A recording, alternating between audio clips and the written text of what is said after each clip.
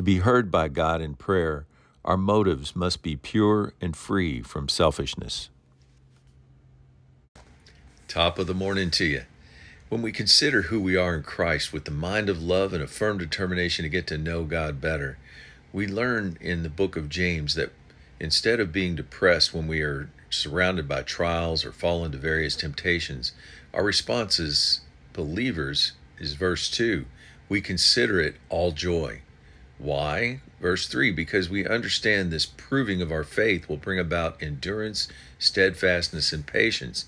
Plus, verse 4, when we let it have full play in our lives, it will do a thorough work so that we may be perfectly and fully developed, lacking nothing.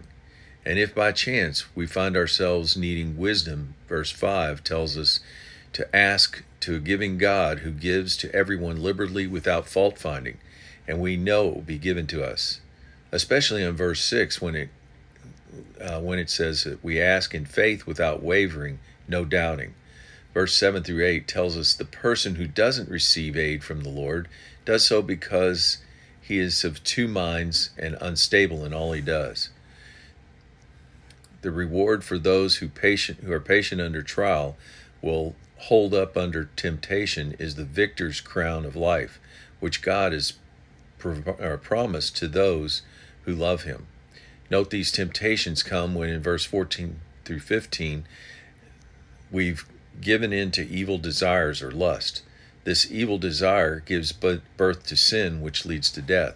Verse 21 tells us our job is to get rid of all uncleanness, wickedness, and then in a humble spirit receive and welcome the word of the Lord, which when rooted in our hearts contains the power to save our souls. Only verse 22, be doers of the word, not merely listeners. Verse 25 tells us we will be blessed in our doing. In our good works, make sure we show no partiality. Verse 15 give to the brothers and sisters in the faith who are needy. Bottom line, verse 26, faith without works is dead. We know we are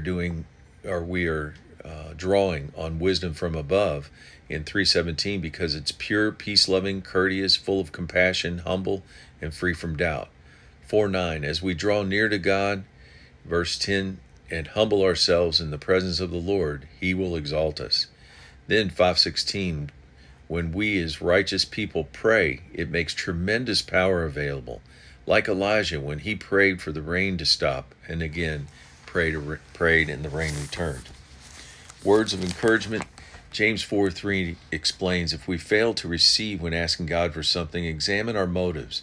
Are we asking with wrong purpose out of a selfish motive in the intention of spending it on sensual pleasures?